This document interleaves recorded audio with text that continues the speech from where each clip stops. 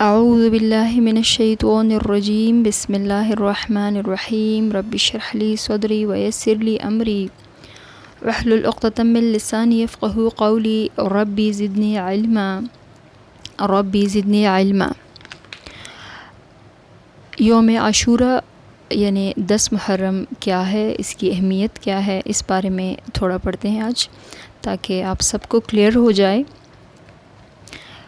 جب آپ صلی اللہ علیہ وآلہ وسلم سے اس بارے میں پوچھا گیا تو آپ صلی اللہ علیہ وآلہ وسلم نے فرمایا، یہ روزہ گزرے ہوئے 1 سال کے گناہوں کا کفارہ بن جاتا ہے، یعنی پچھلے محرم سے لے کر اس محرم تک جتنے گناہ ہوں گے وہ اللہ معاف فرما دیتا ہے، یا صغیرہ گناہ کی طرف اشارہ ہے۔ جابر فرماتے ہیں کہ رسول اللہ صلی اللہ علیہ وآلہ وسلم ہمیں عاشورہ کے روزے رکھنے کا حکم دیتے، ہمیں اس کی ترغیب دیتے اور پھر ہماری اس معاملے میں نگرانی فرماتے۔ اور البتہ رمضان جب فرض کیے گئے، رمضان کے روزے، تو آپ صلی اللہ علیہ وآلہ وسلم نے نہ ہمیں حکم دیا، نہ منع کیا، نہ ہماری اس معاملے میں نگرانی کی، کیونکہ وہ فرض روزے تھے۔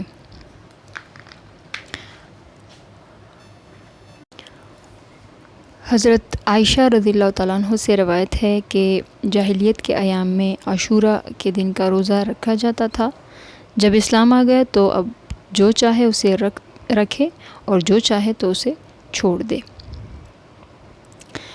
لیکن نبی صلی اللہ علیہ وآلہ وسلم نے 2 دن کے روزے کا ارادہ کیا، یعنی 9 اور 10 محرم کا۔ عبداللہ بن عباس کہتے ہیں کہ جب رسول اللہ صلی اللہ علیہ وآلہ وسلم نے عاشورہ کا روزہ رکھا اور حکم دیا اس روزے کا، تو صحابہ کرام نے رسول اللہ صلی اللہ علیہ وآلہ وسلم سے عرض کیا کہ اللہ کے رسول، یہی دن ہے جس پر نصارہ اور یہودی جو ہے تعظیم کرتے ہیں۔ تو اس پر رسول اللہ صلی اللہ علیہ وسلم نے فرمایا، جب آئندہ سال ہوگا تو اگر اللہ نے چاہا اور میں زندہ رہا تو میں 9 دن کا روزہ بھی رکھوں گا۔ تو پھر کہا جاتا ہے کہ آپ صلی اللہ علیہ وآلہ وسلم پھر آئندہ سال وفات پا گئے، تو یہ ایک طرح سے سنت ہو گئی، اور بہتر یہ ہے، افضل یہ ہے کہ 9 اور 10 محرم کو روزہ رکھا جائے۔ آپ صلی اللہ علیہ وسلم کا جو معمول تھا وہ تھا، آپ صلی اللہ علیہ وسلم رمضان کے بعد سب سے زیادہ روزے شعبان میں رکھتے تھے۔ تو عملی فضیلت جو ہے، یعنی آپ صلی اللہ علیہ وآلہ وسلم نے جو عمل سے جو فضیلت فرمائی ہے وہ شعبان کی ہے، اور قول سے محرم کے روزے کو ترجیح دی ہے، یعنی باقاعدہ فرمایا ہے اس بارے میں۔ اور اس کے علاوہ محرم میں جب چاہیں آپ روزہ رکھ لیں، البتہ علماء پورا مہینہ روزہ رکھنے سے جو ہے ان کو ناپسند بتایا گیا ہے علماء نے، کیونکہ آپ صلی اللہ علیہ وآلہ وسلم کی سنت سے ہمیں معلوم ہوتا ہے کہ رمضان کے علاوہ آپ صلی اللہ علیہ وآلہ وسلم نے کبھی بھی پورا مہینہ روزہ نہیں رکھا۔ رسول اللہ صلی اللہ علیہ وآلہ وسلم کا یہ پسندیدہ مہینہ تھا محرم کا، اور سیدنا عبداللہ ابن عباس رضی اللہ تعالیٰ عنہ فرماتے ہیں، 1876 نمبر پر یہ حدیث ہے کہ میں نے رمضان المبارک کے علاوہ سوائے محرم کے روزے اور خصوصاً یوم عاشورہ کے روزے 10 محرم کا روزہ کا جو اہتمام رسول اللہ صلی اللہ علیہ وآلہ وسلم کو کرتے دیکھا، کسی اور روزے کا اہتمام نہیں دیکھا۔ تو رسول اللہ صلی اللہ علیہ وآلہ وسلم 10 محرم کا روزہ رکھا کرتے تھے۔ جب آپ صلی اللہ علیہ وآلہ وسلم مدینہ تشریف لائے تو یہودی 10 محرم کا روزہ رکھتے تھے، تعظیم کرتے تھے۔ تو آپ صلی اللہ علیہ وسلم نے ان سے سوال کیا کہ محرم کا روزہ کیوں رکھ رہے ہو؟ تو انہوں نے جواب دیا کہ اس دن اللہ تعالیٰ نے موسیٰ علیہ السلام اور اس کی قوم کو فرعون کے ظلم و زیادتی سے نجات دی تھی، اور فرعون کو غرق کر دیا تھا اللہ نے، تو ہم اللہ کا شکر ادا کرنے کے لیے یہ روزہ رکھتے ہیں۔ تو رسول اللہ صلی اللہ علیہ وآلہ وسلم نے فرمایا کہ تم سے اس بات کا زیادہ حق ہم رکھتے ہیں، کیونکہ موسیٰ علیہ السلام اللہ کے پیغمبر تھے اور تمام انبیاء تو بھائی ہیں، تو ہمیں بھی رکھنا چاہیے۔ تو رسول اللہ صلی اللہ علیہ وسلم نے یہ روزہ رکھا اور اس کی تاکید بھی کی۔ ہم سے پہلے جو مسلمان تھے موسیٰ علیہ السلام کے ماننے والے، تو ان کو آزادی دی تھی اللہ نے، فرعون کو ہلاک کیا تھا، تو گویا برائی کو ختم کیا تھا. تو اس اعتبار سے یہ عظیم دن ہے، اور یہ دن ہمیں اللہ کے احسانات یاد دلاتی ہے. تو اس نعمت کے شکر میں موسیٰ علیہ السلام نے اس دن روزہ رکھا تھا، اور اس نعمت کے شکر میں بنی اسرائیل، یہود، نصارہ رکھتے تھے باقاعدہ. اور پھر اسی دن کو نبی اکرم صلی اللہ علیہ وآلہ وسلم نے بھی روزہ رکھا. اس نعمت کے شکر میں یہود اور نصارہ بھی رکھتے تھے اس زمانے میں. تو موسیٰ علیہ السلام نے روزہ رکھا، نبی صلی اللہ علیہ وآلہ وسلم نے رکھا، اور باقاعدہ تاکید کی اس روزے کی. تو ہمارے لیے مستحب ہو گیا کہ ہم بھی روزہ رکھیں.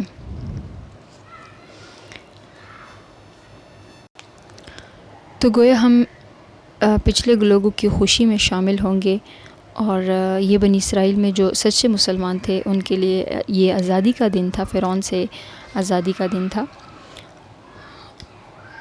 تو اس دن کو جو بابرکت ہے، تو اس دن کو اللہ کے اذکار میں، عبادات میں، نفل میں گزاریے گا.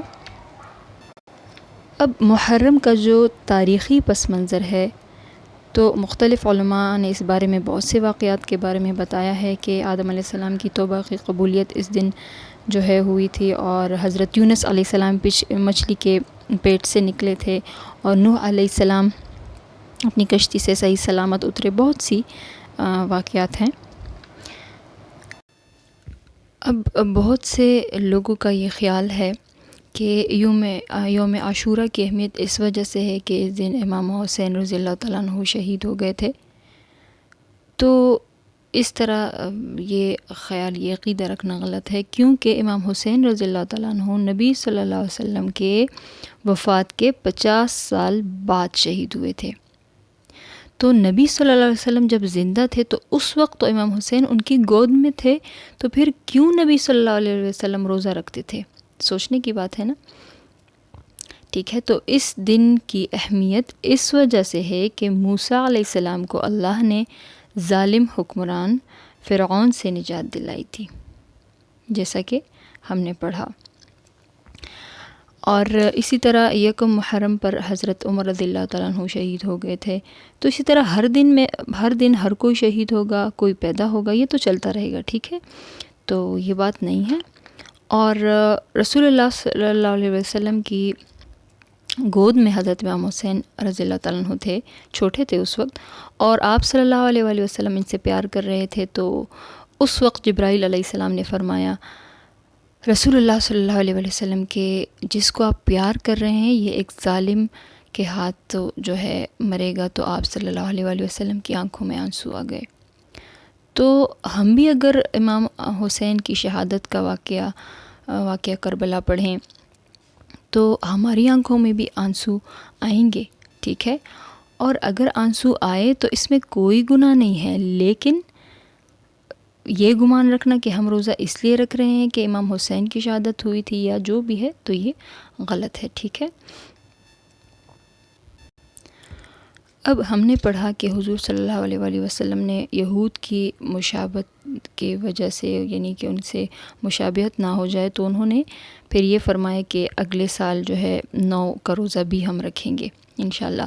تو یہود کے ساتھ ایک بات یہاں پہ ثابت ہوگی کہ ہم یہود کے ساتھ مشابہت کسی چیز میں نہیں رکھیں گے. ٹھیک ہے، ہمارے نبی صلی اللہ علیہ وآلہ وسلم نے ہمیں روزہ رکھنے میں بھی ان یہود سے مشابہت کی اجازت نہیں دی، اور نہیں دے رہے تو آپ کہہ دیں. تو دین اسلام ہمیں ان انگریزوں، مشرکین، یہود کے ساتھ اور چیزوں میں مشابہت اور مطلب ان کی طرح اٹھنے بیٹھنے میں اس کی اجازت بھی تو نہیں دے رہا.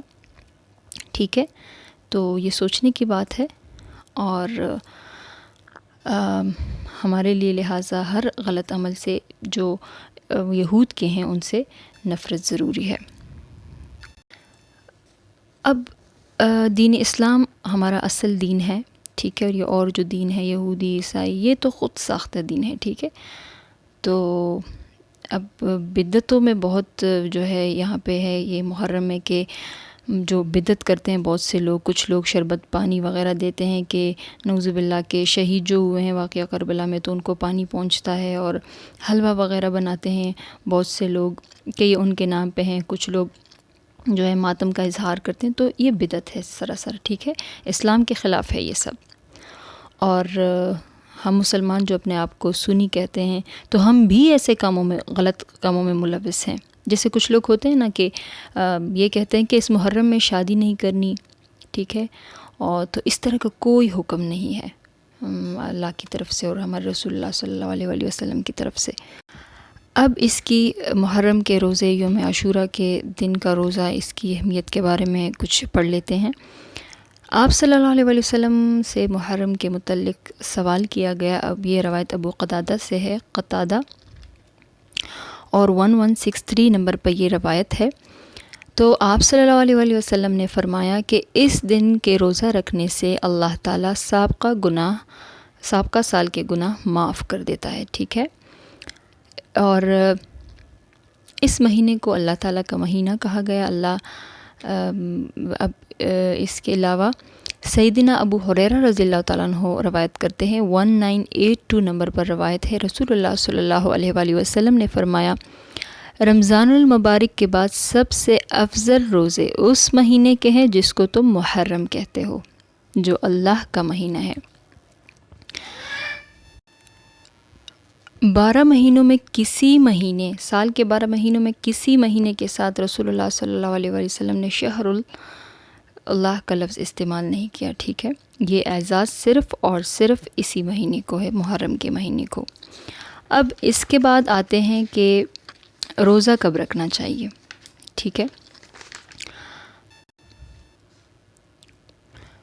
اب سنت جو ہے، میں نے آپ کو بتا دیا کہ سنت ہمارے پاس 2 روزے آتے ہیں، 9 محرم اور 10 محرم، ٹھیک ہے۔ اب کسی وجہ سے ہم یہ 2 روزہ نہیں رکھ سکے، مگر 10 محرم کا روزہ رکھنے کو ٹائم ہے، رکھ سکتے ہیں، تو کیا ہم ایک روزہ رکھ سکتے ہیں؟ تو بالکل رکھ سکتے ہیں، ٹھیک ہے۔ 9 محرم کا رکھ سکتے ہیں، 10 کا رکھ سکتے ہیں، ایک ہی روزہ رکھ لیں، ٹھیک ہے، بے شک اس میں کوئی مسئلہ نہیں ہے۔ اور بہت سارے لوگ کو یہ غلط فہمی ہے کہ 9 محرم کا روزہ نہیں رکھا اور 11 محرم کا روزہ بھی نہیں، کسی وجہ سے چھوٹ جاتا ہے، بہت سی مجبوریاں ہوتی ہیں، بیماری ہو جاتی ہے، کچھ بھی، تو آپ صرف 10 کا بھی، تو اب سوچتے ہیں پھر کہ 10 بھی نہیں رکھ سکتے، ٹھیک ہے، تو یہ غلط ہے، ٹھیک ہے۔ آپ خالی ایک روزہ بھی رکھ سکتے ہیں، مسکنسیپشن ہے یہ، تو اس میں کچھ گناہ نہیں ہے، ٹھیک ہے۔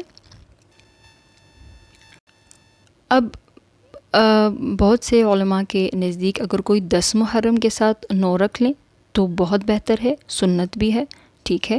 اگر کوئی صرف 10 رکھے تو بھی ٹھیک ہے، اور بعض علماء کے نزدیک 10 11 محرم روزہ بھی رکھ سکتے ہیں، تو ٹھیک ہے، وہ بھی رکھ لیں۔ اور اگر کوئی جو ہے 9 10 11 3 روزے رکھنا چاہتے ہیں تو بھی رکھ سکتے ہیں، ٹھیک ہے، اس میں بھی کوئی گناہ نہیں ہے۔